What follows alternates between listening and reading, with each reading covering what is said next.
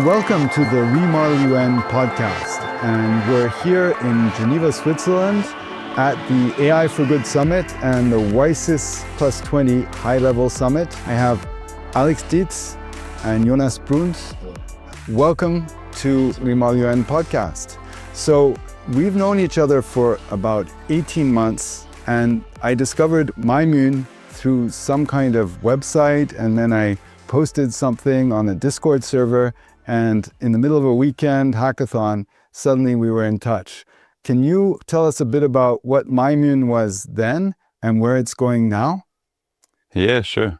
So MyMUN is the world's largest platform for model United Nations conferences. So what is actually MUN? It's a simulation of the work of the United Nations. So let's assume we're actually sitting here in a committee, and François, you're going to be France, Jonas is going to take over the role of Switzerland, and let's say I'm representing the Philippines, and we're discussing the current challenges of climate change. And so we're not discussing with our personal opinion, but rather with the opinions of that individual member state. And what we do as MyMUN is providing a registration platform for all those conferences across the globe, with nowadays more than 300,000 users and 7,000 listed conferences. So, well, given those numbers, surely the largest, but still a lot more to come there.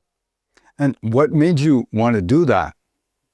Set up such a website and track all that? What sort of passion are you following here? Well, I'd say, first of all, we're both MUNers. So Jonas started in high school.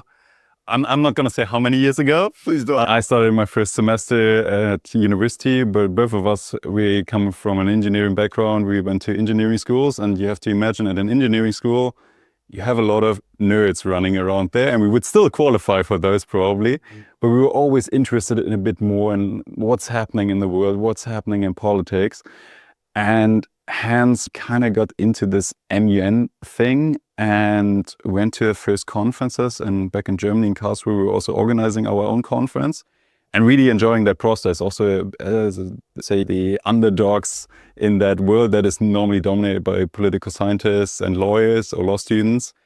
And then at some point we're like, we're engineers, of course we can build software. And this MUN world was missing software. At first, missing software for managing the debates. So speaker lists, timers, sharing documents, chatting with each other. Because you can imagine like a room could look like a big auditorium with 193 member states present in such a discussion. How is Afghanistan going to talk to Zimbabwe in the last row? Let's use the digital tools we have at hand. And that's how we started building MUN Command, and at some point also took over MyMUN to merge it all into one all-in-one, so to say, platform. Fantastic. I love this origin story because for me, it reminds me so much of the Lego movie, which is a bit of a cult thing for me, because in the Lego movie, if you remember, there's all these sort of radical Lego figures that want to change the world, but they can't get themselves organized. And there's this engineering guy who comes along and helps them. He's the one, he gets them to solve all their problems. It sounds like that's what you're helping the MUN community. So 11 years of MyMUN, and you guys have been working on it for about 5 years now. Where do you see this going? Let me kind of start when initially, as Alex said, we built what we had, we weren't thinking about the world at large. We just wanted to have these tools for our own disposal, for our own self. And then people started to say, hey, can we use that actually for our own self? And only then we started to think, hold on, other people might benefit from that, and we gradually scaled. Nowadays, we say MUN, ModelUN gives students so much. I typically say it's kind of 4 buckets.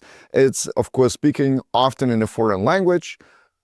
I hate to call them soft skills, so let's call them not so soft skills like negotiation, presentation. You really get a glimpse of the cosmopolitan big world out there and challenge your own political beliefs.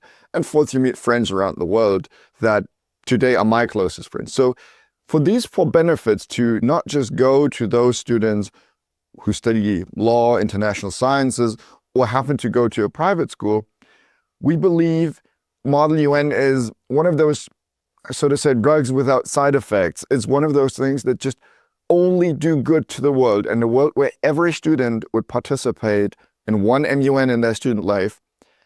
That to us is a world worth coding through the night for, And that's our big vision. And so what we're doing to get towards that vision, every student, one MUN, is that we're saying we're making the conferences easier to host. So the organizers have the tools at their disposal to not wrestle with big Excel sheets or have the headache of WordPress, but they can just run, focus on what they're best at, reach out to new communities. And then on the other side, not so much from the organizer side, we're making conferences accessible. Alex, you mentioned the 7,000 to 8,000 conferences that are on the platform right now. If I'm looking for a conference, then I just don't want to stumble upon the conference down the street by chance on Instagram or on the website or by word of mouth. But having everything centralized in one platform allows me to filter for my next conference just around the corner, for my age group, for my language, for my proficiencies, for my time availability and my budget, anywhere around the world. Yeah. Fantastic. It's a great vision, and you seem to be well on your way there. And yesterday, we had this event, ReModelUN Trialogue, where we really had a group of about 40 people on a whole series of topics, but all with this theme of how can AI come in and help Model United Nations, or how can MUN actually leverage AI to advance activities for the United Nations themselves. Can you say a little bit, Alex, about the event, who came, and your first impressions? Yeah, absolutely. And I think also a bit of a backstory there. Again, there's so many bright minds in that community. We can really work together with that community to also have an impact on the UN. And that is, in my opinion, also really where like this interaction comes into play in the ReModelUN Trialogue, that we think about, okay, what are the strengths and challenges of the MUN society or the MUN community? And what is actually the challenges the UN is currently facing, and how could the two interact with each other? Answering at some point to the question, like what should the future of the UN look like, and what role can youth take in there? And so what we did is set up a room with various tables, and each table was discussing one specific aspect and one specific challenge that we're currently seeing. For example, how can we access UN documents more properly with the UN archive? How can we really get the awareness about what youth is already doing through MUN, but also then challenges in the MUN community, for example, how they can still stay in contact with their alumni. And we brought in various active MUNers, MUN alumni, but also experts from UN institutions. And what I actually really loved also to bring in the SDG summer school, so where we had some students who had no experience in MUN, who were introduced yesterday to the idea, to the topic, and still most of them were actually then also the ones giving the presentations for each table at the end. And after maybe like a quick 5-minute introduction into the topic, they got it, and they were starting to think also, what are my experience outside from other voluntary work or professional work? What ideas can I bring in there? And yeah, then it's now really the question of how can we accelerate the process with technology, with AI in particular. And so we got some really cool ideas coming out there. And I would say like the 3 really key takeaways that everyone in the room agreed afterwards. First of all, we really have to scale MUN further. So MUN is a decentralized concept. You don't need any stamp from the UN or anyone. Like also, you don't need approval by us for anything. Just do it. Yes, just do it. The 3 of us here in the room could just say, okay, we're going to found now a new MUN conference here in Geneva. And we can just do that. But we need really this grassroots initiative all around the globe to expand the community. And that also then leads to the second point of accessibility. So in our own personal experience as well, MUN tends to be a bit of like a niche, rather private school, elite-ish initiative.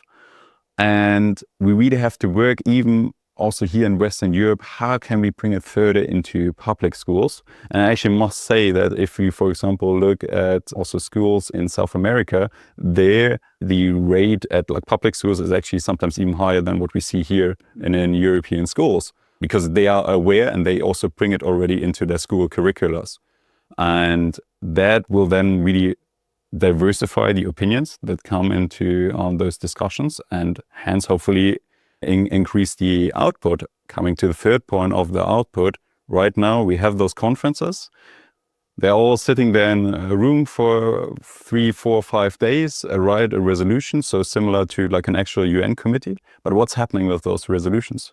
Right now, unfortunately, the resolutions just stay in a Google Drive, stay in the Google Docs, be shared with their friends, but we don't really collect it yet, once again, because also of the decentralized nature. So, but what we actually did also over the last months, together with the Learning Planet Institute in Paris, is set up a ReModelUN pilot, where we had multiple MUN conferences who then also submitted their work into a centralized spot. And if we really scale this up now, for example, also through our work at MyMUN, where we really have this voice to the community again, and like all the conferences are listed there. So we could, for example, enable a feature where people can just upload their resolutions, their end results.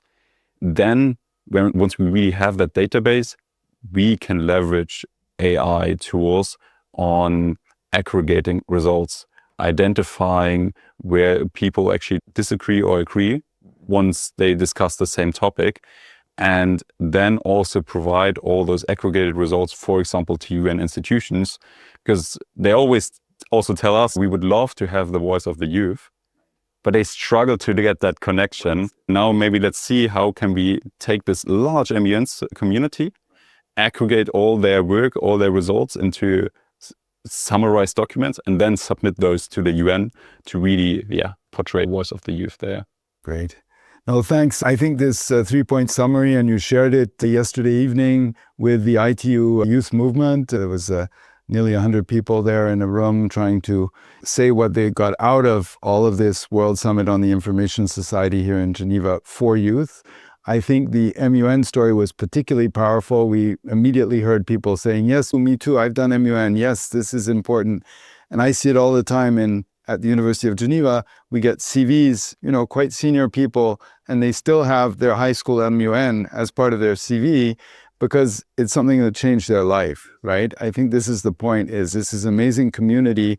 As you say, 1 MUN per child, in a sense, could change a lot of lives in a very good way. We're going to take a deep dive into some challenges, and here we've taken challenges that came straight out of the ReModelUN Trialogue yesterday. So these were the results of these brainstorming tables where some of the MUNers and non-MUNers, came to some conclusions.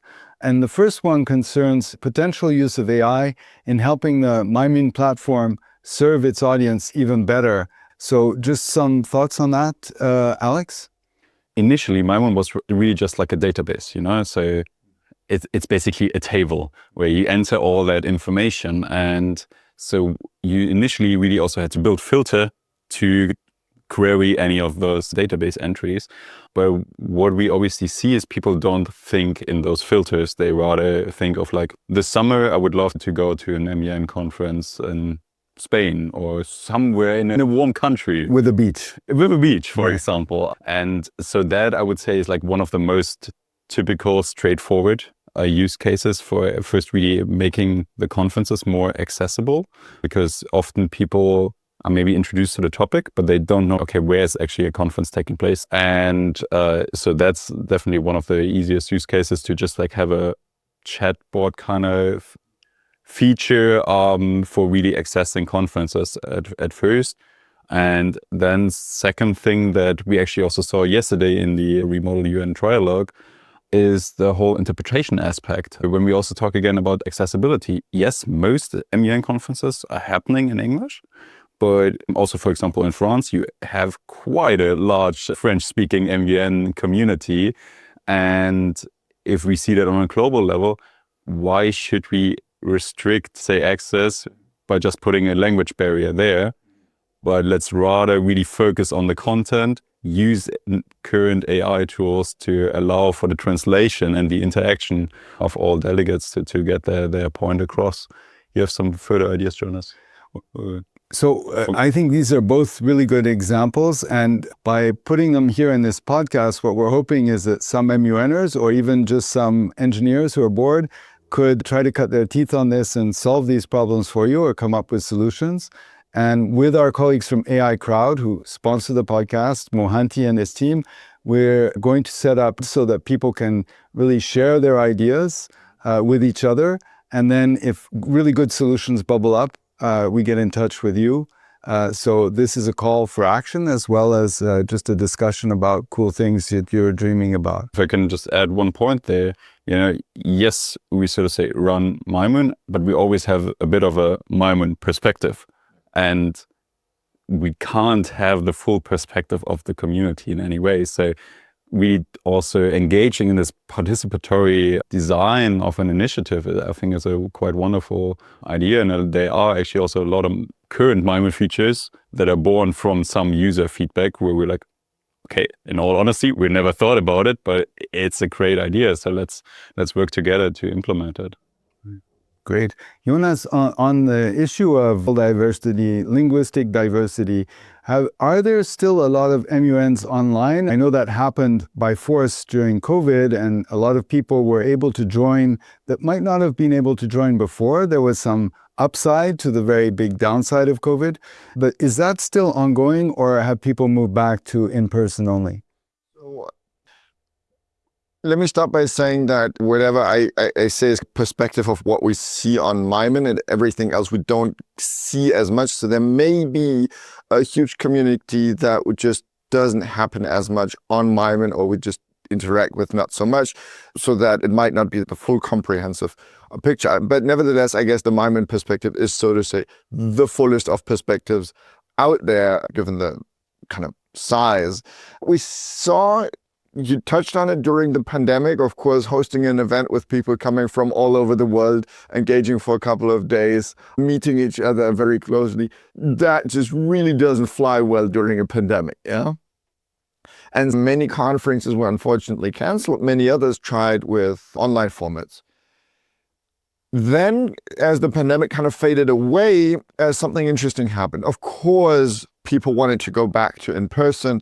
And I see that the interactions you have one-to-one are just something you can never quite replicate in a digital space. Yes, MUN is a lot about the debate, but I would say it's equally about after the debate, when you just meet the people where they are and make friends for a lifetime. So that part, it's not impossible with online MUN. Now, what happened then at the end of the pandemic was that the online MUN community, I would say, consolidated itself a little bit. There was less of this everyone doing a little bit something, trying out things, and a few major players emerged that now organize online MUNs on a regular scale. And I would really want to give a big shout out to the Discover MUN Foundation from Korea. To me, is one of my pandemic highlights. It's J1. I think J1 was 14 years old when the pandemic started, and he started hosting online MUNs. His Discover MUN Foundation is now ECOSOC accredited, and he runs around once a month an online program with hundreds and hundreds of students from around the world. And the amazing thing where he connects the simulation to the real world is that through his ECOSOC accreditation, he's able to send people to represent his foundation in forums like we have here at ITU. Was it 1 week ago, 2 weeks ago, the Sustainable Financing Summit in Sevilla? So he would send the best students from his online conferences to these sorts of events. And the Korean Ministry on Foreign Affairs generously supports these students in their travels. So I think this to me shows how online, offline, simulation and real world really converge into one. And so this is what we're seeing right now in that online community. Fantastic. It suggests many other avenues for both online, offline. Now, we're going to delve into a second challenge, which came out of the event yesterday, the ReModelUN Trialogue, which was the use of chatbots specifically to prepare for MUN sessions using information from the archives that many UN agencies have.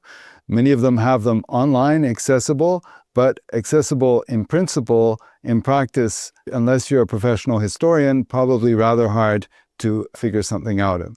So What do you think, Alex, is the future of chatbots? Where do you see potential to collaborate with UN agencies on this kind of thing? It's an essential point there, because what we actually also see, most of the questions we get about MUN is, how should I prepare? It's going to be my first time MUN conference. Where can I get all the information? Which information is valid? Which do I have to maybe double check or something? And if they just go to some search engine or so, obviously they will find a lot from everywhere. And if we, for example, also go again for high schoolers, a 14, 15-year-old high schooler going for their first MUN conference might be totally overwhelmed. And that's where I believe those chatbots could come in super handy, because they can also adjust their tone, their level of information, given the context, given, so to say, the user. And that is just the first main point that I see there, that it's not, you can portray the same information in 3-4 different styles and make it so much more accessible and easy to read for the specific user. Second point there is really then that you can actually work with the official UN documents, which would completely elevate the level of debate.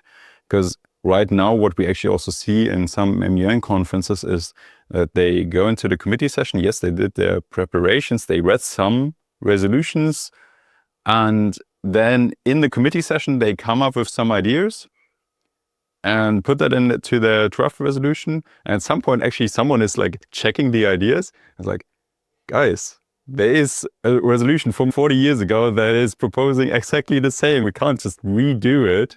So I would say it can be a bit of a validation tool. And then a third point I see is also that you can prepare yourself in more depth also on what are the other actors in the simulation most likely going to do. Because actually one of the biggest challenges is also, yes, I can prepare for my own country's position, but there's going to be, let's say, 100, 150 or how many other member states in a simulation. How should I move through the room, especially as a first timer? Yes, you might know, okay, if I'm a European country, a EU member state, most likely I will align with the other 26 member states then. But how am I going to deal with the member states of the African Union, for example, or from Latin America? And through those chatbots, for example, you could also look into all the voting patterns, get them on an aggregated, summarized level on climate change adaptation measures. How is Brazil or the South American bloc, so to say, normally voting on those aspects? And it just really elevating that point. And I would also say it shows all those delegates that the work they do in the simulation can actually relate to the things that are happening in the real world. And really building that connection is, I believe, so essential, so that they also, once they leave the simulation, they're not like, okay, it was fun, I met a bunch of new friends, but actually take out also some information, some new knowledge about how the UN system works, and potentially then go into some internships or change their career path and continue that way. Absolutely. So there's a lot of benefits of connecting MUN with real UN data. Probably also the same benefits for the UN itself, and they're doing the work, so why not make it accessible, since they do espouse open standards. So given that wish for the future, Jonas, what do you think about the chance of getting more tech people into MUN like yourselves? I'm so excited about that altogether. Yesterday during the ReModelUN Trialogue event, we had Camille speaking exactly about that. We need more STEM people in politics and diplomacy. I mean, I firmly believe in that. I remember speaking with a Swiss politician years ago who happened to be a mechanical engineer. A few months down the road, I joined a political party, and a few years later, I ran for office. Yeah?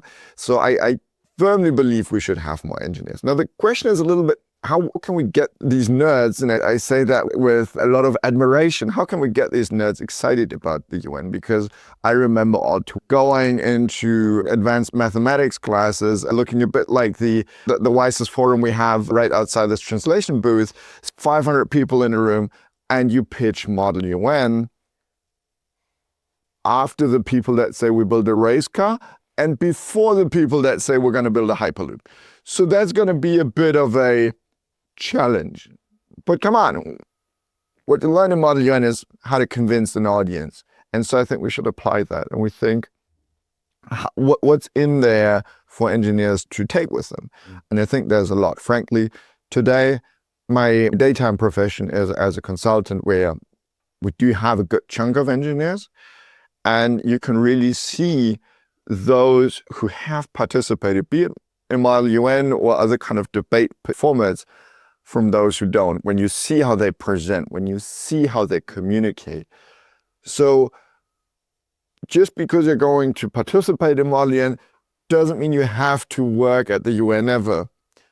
But it will definitely, for one, broaden your mind, and for two, give you very hands-on skills that you can apply no matter where you're going to work. And so that is kind of the narrative we're communicating, especially to the STEM community. And it's starting to work out. Just here in Switzerland, in Zurich, we have a very active MUN community at ETH, and around the world we have more and more. So we're getting there. Right. That's great. Last but not least, our third challenge, which is coming out of the ReModelUN Trialogue directly, was this idea of having negotiating agents actually participating in MUNs. So this is basically a little bit futuristic, but it's already here. It's happening. What do you think about humans and AIs working together in MUN as a sandbox for what might happen one day soon in the real UN? Yeah, an essential question that we definitely have to at least discuss. So right now, seeing the first demos, and first point I would like to make there is actually that it also comes back a bit to the question of how can we get more engineers into MUN? Well, if we, for example, bring in those tools, those AI agents into the discussions, then it's not just about like, oh yeah, you can learn how to present, you can learn some public speaking, but we actually present you a technical challenge that then also directly has a field of implementation where you can try it out. And it's not just like in your lab, but we in that MUN community would love to be challenged, for example, by an AI agent. So dear ETH students, build us that agent that, so to say, defeats us in every debate. And I'm pretty sure with that kind of pitch, we could potentially compete a bit more with those other initiatives that are only on a technical level. But then if we really now go into that sphere of having those simulation, those diplomacy negotiations agents, first thing where I would really see it applicable is once again in the preparation, because you can really be challenged by that agent. So you do your preparation, potentially also with the chatbots, querying all the UN documents. And now you prepare what normally a position paper, where in like 1-2 pages or so, you write down what are my key points of my position. And potentially now you could go into the simulation with that agent and be like, okay, you know, like I'm presenting a similar opening speech. What would be my potential weaknesses here? What am I overseeing? And really trying to get a wider picture. That I believe is quite a useful point where we can get a lot of value out of it. The point in having those agents in the actual simulation, I'd love to see it, to try it out, but also the feelings I kind of sense a bit in the community, I'm not sure like how well it would go, because a lot of MUNers also really care about the human aspects in negotiations, and we should never ever forget about that. We can use all technology to make sure that we stay to the facts, that we make information accessible, that we can also bring it into documents and share information. But in the end, anything we want to implement in the real world at some point will be done through humans, and will normally also be done for humans and the globe at all. So, and also when we talk with MUNs, what do you take with you? Is this human experience, the human touch, all those memories you will also remember in 10, 15, 20 years. And So I'm not fully confident that they would appreciate an agent sitting there, so to say, in the first row and delivering actual speeches. I hear you, and I think this is a recurring theme when we talk with people in our classes at University of Geneva is, anxiety about what AI is going to do to the future, which translates into a fear of using it for some students. Whereas, in my point of view, you've got to find out what it can do to have an opinion on where it should go in a society where you have some say about the future. Just within your university even, you can make a difference.